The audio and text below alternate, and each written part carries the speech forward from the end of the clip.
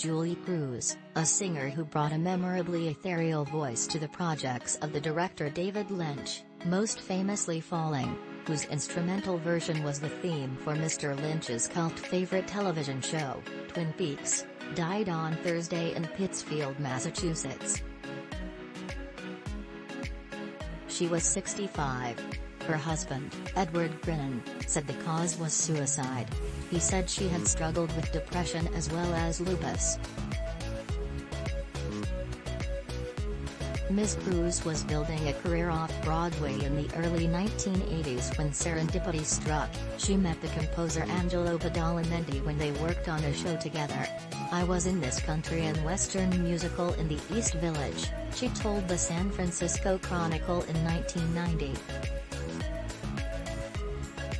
"I was a chorus girl with a big skirt and a big wig, singing way too loud. Angelo was doing the music for the show, and we became friends." A few years later, Mr. Badalamenti was engaged by Mr. Lynch, who was still early in his career, as a vocal coach for Isabella Rossellini in the 1986 Lynch movie Blue Velvet, and ended up writing the score for that film as well. Mr. Lynch and Mr. Badalamenti had written a song for the film that needed a vocalist. "Angelo asked me to find someone to sing a song for the soundtrack called Mysteries of Love, but he didn't like any of the singers I recommended," she told the Chronicle. "He wanted dreamy and romantic. I said, let me do it, Ms."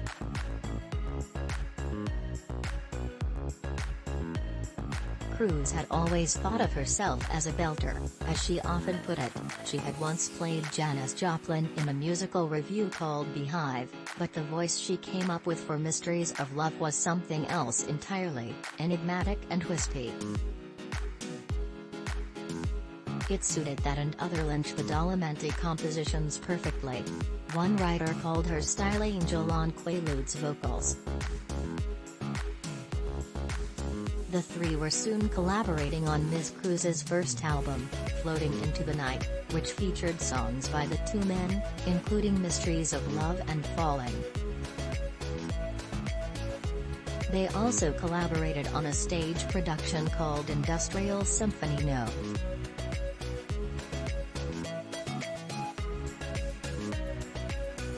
Performed at the New Music America Festival at the Brooklyn Academy of Music in November 1989, with Ms. Cruise performing amid an elaborate set that included an old car.